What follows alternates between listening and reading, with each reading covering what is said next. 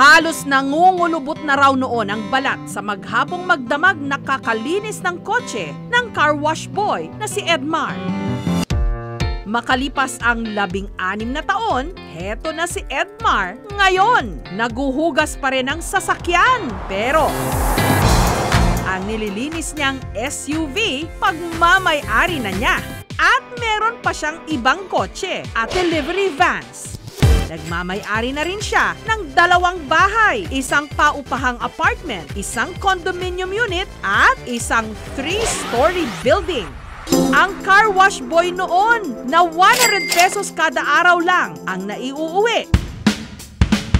Ang car wash boy noon kumikita na ng ₱1,000,000. Gusto nyo bang malaman kung paano siya umasenso? Tara, kape tayo! Simpait daw ng kape ang buhay ng laki sa hirap at produkto pa ng broken family na si Edmar. Lahat siguro ng hirap dinanas ko. Bilang isang bata na walang ama, dinanas ko na. Separated yung mga magulang ko. Yung parang pinagpasapasahan na lang ako. Pumunta ako sa tatay ko para sana humingi ng tulong. Nararamdaman kong parang naglilimos ako sa kanila. Sa Maynila noon nagtatrabaho ang kanyang ina, kaya lumaki siya sa puder ng kanyang mga kamag-anak. Walang nagpalaki sa akin na magulang. Lahat ng pinsan ko may nanay at tatay. Ako lang ang wala. So ayun, dumating sa point na parang inaapi ako ng sarili kong mga kamag-anak. Naranasan ko yung parang binabalibag ako na parang basura. Di ko naranasan na ipagtanggol ako ng tatay ko kasi wala nga akong tatay. Yung ibang tatay ginagawa ang lahat. Huwag lang magutom yung anak nila para walang hirap na maranasan. Pero ang tanong ko, bakit ginawa sa akin yun ng tatay ko? Bakit binaliwala ako?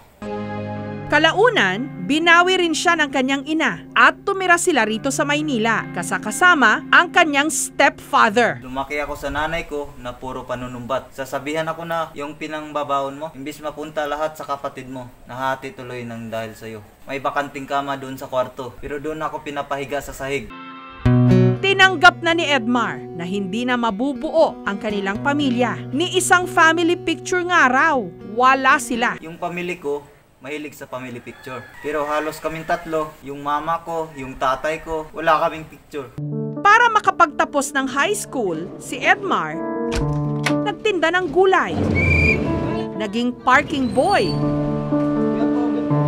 nagbantay sa computer shop, at naging car wash boy din. Ang mga nakukuha raw nilang tip, pinaghahati-hatian nilang magkakasama. Kaya ang naiuuwi na lang niya sa maghapong pagka-car wash, 100 pesos. Kapalit nun ay laging madumi yung kamay mo. Laging nangungulubot yung kamay mo kasi laging nababasa sa sabon at tubig. Kinalaunan, sa kagustuhan niyang lumaki ang kanyang kita, nakipagsapalaran si Edmar bilang OFW sa Macau. Pinilit ko na makahanap ng trabaho noon. Lahat sinuyod ko na. Pasa ng resume doon, pasa ng resume dito. Halos lahat sinuyod ko na. Yun nga lang, hindi naging sing-init ng kape ang kanyang naging kapalaran. Kasi ayaw kong ma-disappoint yung nanay ko sa akin. Kasi grabe yung expectation ng mga kapitbahay ko sa akin eh. Sasabihan nila yung nanay ko na, "Hoy, yung anak mo nasa abroad na." Ako, porsigido ako nung makahanap ng trabaho. Kaso wala eh. Matapos ang 2 buwan, umuwi sa Pilipinas si Edmar na walang kapera-pera. Dito siya pumasok bilang stockman sa isang mall. At dahil sa kagustuhan niyang may matapos, nag-enroll siya sa TESDA. Lalo't ang mga nakatapos ng anumang kurso sa TESDA, may makukuhang 8,000 pesos na allowance. Ang kinuha niyang kurso, barista. Kasi mahilig ako sa kope. Ang nakuhang 8,000 pesos na allowance sa TESDA at naipon niya mula sa dati niyang trabaho, ipinampuhunan ni Edmar para magtayo ng kauna-unahan niyang food cart ng coffee frap. Kasi nauso yung ice blended coffee na pagkamahal-mahal. Isang cup lang na ganyan, 170 pesos. Sabi ko, bakit hindi ako mag-try, mag-imbento na ganitong lasa? Pero mas mura. At pumatok ang kanyang food cart business. Kaya nakapagpagawa siya ng 6 pang food cart. Sabi ko, Lord, kahit 3,000, 2,000, okay lang sa akin. Pero yung first day ko, kumita ako ng 11 to 12,000 pesos.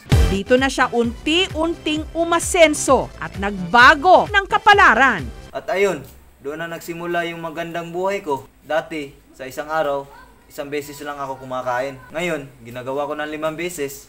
Maraming nagbago sa buhay ko. Tulad ng dati, pag kumikita ako ng 100 pesos sa isang araw, ang saya-saya ko na. Pero ngayon, kumikita ako ng 100,000 pesos sa isang araw. Di pa ako nasasayahan. Kung dati, naliligo ako sa ilog, okay na. Pero ngayon, ang pinapaligo ko, dapat mineral water o di kaya gatas. Dati, pag Pasko at New Year, Wheaties lang yung pinapaputok namin. Pero ngayon, kahit bumili pa ako ng rocket at missile, walang problema.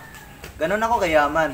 There's one time, yung pinsan ko, pumunta ng basketball court, pero umiiyak. Di daw kasi siya pinalaro doon. Ayun, galit na galit ako. Ang ginawa ko, binili ko yung basketball court. Tawag sa akin ng mga kaibigan ko noon, James Red lang. Pero ngayon, mayaman na. Pag tinatawag nga nila ako, nasabihan nila akong, "Hoy, mayaman!" Sabi ko naman, wag naman yung mayaman. Nakakahiya.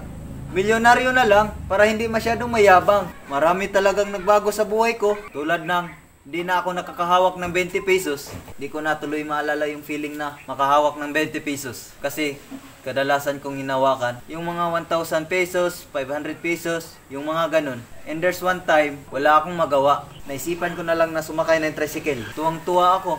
Kasi na-feel ko ulit yung komportable na feeling pag sumasakay ka ng tricycle. Nasanay na kasi ako sa chopper at airplane namin eh. Ayun, sa sobrang tuwa ko, yung tricycle driver, binigyan ko ng pamasahe na 5,000 siguro yun o 6,000. Plus, binilan ko pa siya ng bagong tricycle. Harley Davidson na tricycle. Ganyan ako kayaman. Binala ko nga sanang sumali sa Mayaman Challenge. Gagawa sana ako mga vlog na mga ganun. Kaso hindi ko na lang ginawa. Kasi baka hindi na ma-reach yung yaman ko eh. Nung nakaraang araw, bayaran na naman sa kurente. Tapos tinignan ko yung bill namin. Pagtingin ko, 300,000 lang. Galit na galit ako. Bakit 300,000 pesos lang? Bakit ang baba? Bakit napakababa yung bill ng kuryente namin? Kaya ayun, pinaon ko yung TV at aircon namin magdamag para namang tumaas yung bill ng kuryente namin. At saka, napilitan akong bumili ng 10 rep. Pero, ipinamigay ko din naman pagkatapos.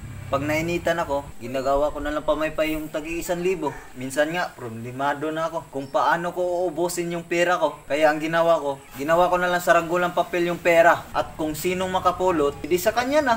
Ganyan ako kayaman. Pikon ka na ba? Galit ka na ba? It's a prank!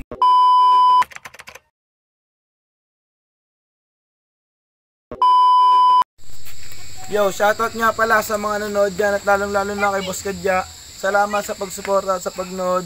Huwag nyo kakalimutan mag-subscribe at laging i-like ang aming videos. Shoutout nga pala kay Kim Arjon Misinas alias Vlog M, kay Boss Toto, tsaka kay Kuya Toots, Bilya Soto Mike, 20 pesos ka ng single, kay Gusto mo saksakin ko nga mo, ha? Ma'am si Jessa Ronya, kay Papi Iwab, Amiel Misinas. Shoutout sa'yo. Shoutout nga pala kay Dada at saka ni Nonong at kay Liam at kay Munte. Yo, what's up? Shoutout po kay Ate Jane po at kay Boss Jilo na editor namin po. Shoutout po kay Boss Kadya at Boss Alan na sana maraming salamat sa pagpapahiram nyo sa amin ng sasakyan. At shoutout po kay Boss Toto. Kalimutan po mag-like, Mag-share at mag-subscribe sa aming YouTube channel.